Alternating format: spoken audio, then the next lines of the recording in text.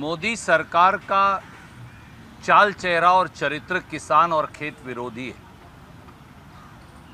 ये बात किसान और किसान कल्याण विभाग पर चर्चा में साबित हुई और आज उसकी ढोल की पोल पूरी तरह से खुल गई।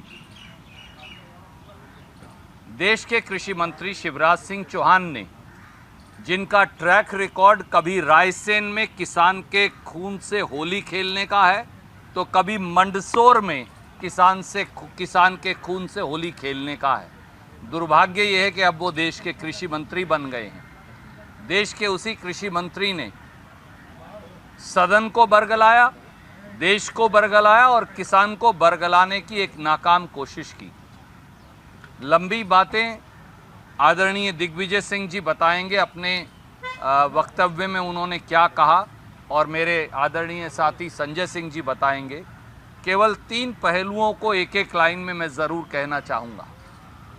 मोदी सरकार ने सदन में ये कहा कि लागत पर 50% मुनाफा वो देंगे, ये उनका सिद्धांत है और उन्होंने इससे कभी गुरेज नहीं किया। आज जब हमने मोदी सरकार का ये शपथ पत्र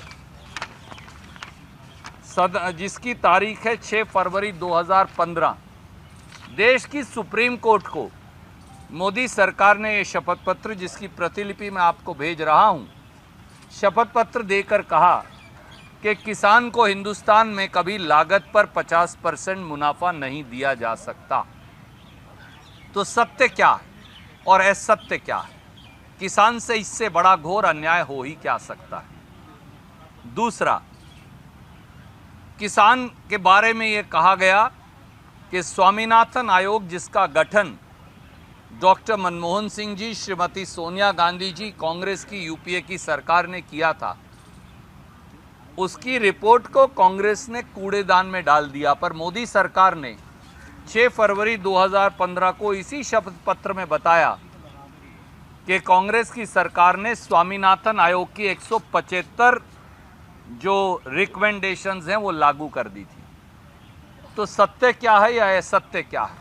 या तो ये सुप्रीम कोर्ट को झूठ बोलते हैं या फिर ये सदन के अंदर और देश को गुमराह करते हैं। और इतना ही नहीं, जिस प्रकार से पूरे विपक्ष को श्रीमती सोनिया गांधी जी के नेतृत्व में वॉकआउट करना पड़ा, वो दर्शाता है कि इस सरकार का चाल चेहरा और चरित्र, इस सरकार का मुखौटा ही खलनायक का है। ये ऐसे खलनायक हैं जो मुखौटा तो नायक का ओढ़ते हैं, पर जो असल काम करते हैं वो खलनायक वाला करते हैं। और ये बात साबित भी हो गई। इसलिए हमने ये भी सरकार से पूछा कि क्या आपने किसी फसल का भी एमएसपी दिया? तो वो कहते हैं किसान को एमएसपी की आवश्यकता ही नहीं है। लाखों किसान दिल्ली के दरवाजे पर पड़े रहे, करोड़ों किसान आंदोलन कर रहे हैं कि एमएसपी की गारंटी का कानून लाओ। अगर एमएसपी की ज़रूरत ही नहीं, अगर हमारी जिन्स, हमारी फसल एमएसपी से ज़्यादा बिकती है, तो फिर एमएसपी की ज़रूरत क्या थी? पर ये हमने जब साबित किया इनके आंकड़ों, जवाबों और तथ्यों के साथ कि आज तक कभी भी मोदी सरकार ने न्यूनतम समर्थन मूल्य पर धान की आधी, गेहूं की 22% और बाकी 23 फसलों में से 21 फसलों में कोई फसल 5% से ज़्यादा एमएसपी पर नहीं खरीदी। जब इतना बड़ा सत्य देश के सामने सदन के पटल पर आया, वो भी इन्हीं के जवाब के आधार पर, तो अब देश के प्रधानमंत्री, कृषि मंत्री और मोदी सरकार कहती है किसान को एमएसपी देने की आवश्यकता ही नहीं। ये बहुत बड़ा रहस्य उद्घाटन है। ये दर्शाता है कि इनकी सोच, इनकी मानसिकता, इनका रास्ता किसान विरोधी है। क्योंकि अब तो डिक्लेयर कर दिया कि किसान को एमएसपी की ज़रूरत नहीं, क्योंकि इनके मुताबिक किसान की फसल एमएसपी से ज़्यादा मिलती है। भैया, अगर एमएसपी से ज़्यादा मिलती तो करोड़ों किसान आंदोलनरत क्यों होते और वो एमएसपी की गारंटी का कानून क्यों मांगते? कई और पक्ष रखे गए किसान के खाद बीज को लेकर, किसान की कर्ज माफ़ी को लेकर। मैं अनुरोध करूंगा माननीय दिग्विजय सिंह जी से और फिर संजय सिंह जी से कि वो उस पर प्रकाश डालेंगे। धन्यवाद रणदीप जी। माननीय कृषि मंत्री जी, को मैं वर्षों से जानता हूँ, वो एक आदत से लाचार है, झूठ बोलने के आदी हैं। मध्य प्रदेश में धक गया, लेकिन अब वो केंद्र के कृषि मंत्री हैं। कमलनाथ जी के नेतृत्व में कांग्रेस पार्टी की सरकार ने किसानों का लगभग 37 लाख किसानों का कर्जा माफ किया, जिसमें शिवराज सिंह चौहान जी के ग्राम जैत, जिला सीहोर के रिश्तेदारों का कर्जा माफ हुआ और माननीय तत्कालीन मुख्यमंत्री शिवराज सिंह चौहान जी के कृषि मंत्री का यह बयान आया कि हाँ, कांग्रेस के राज्य में कर्जा माफ हुआ। लेकिन सदन में कृषि मंत्री जी कहते हैं कि कांग्रेस सरकार को जो मौका मिला था उसमें उन्होंने कोई कर्जा माफ नहीं किया।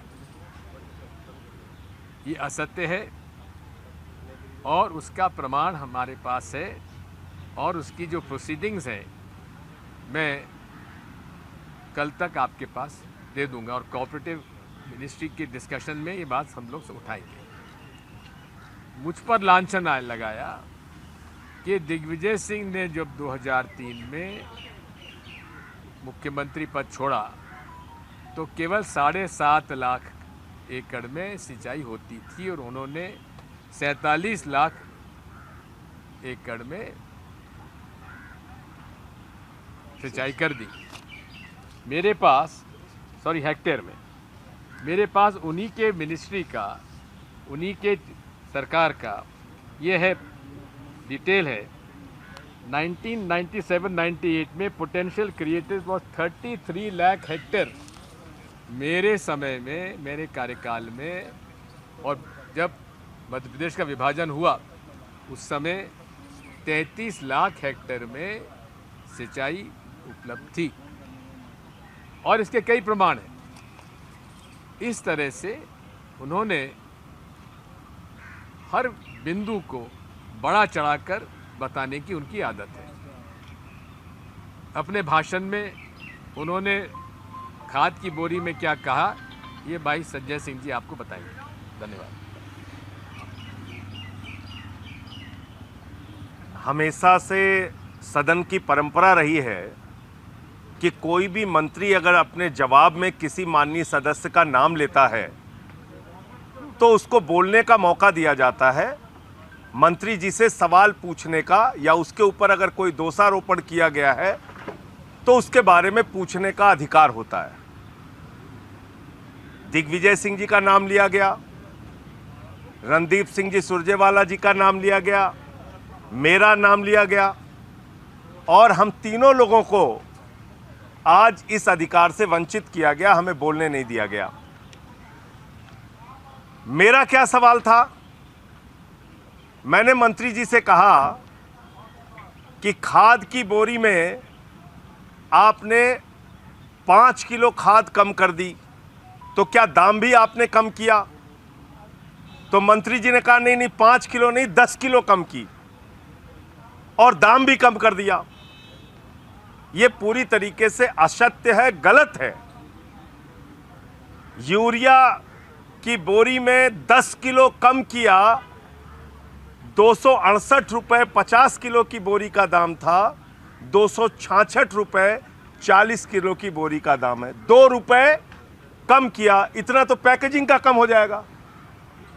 यानी 50 किलो की जो बोरी थी उसमें थोड़ा ज़्यादा बड़ी बोरी लगती होगी और 40 किलो की बोरी थोड़ा कम लगती होगी, तो बोरी का दाम 2 रुपए कम किया होगा।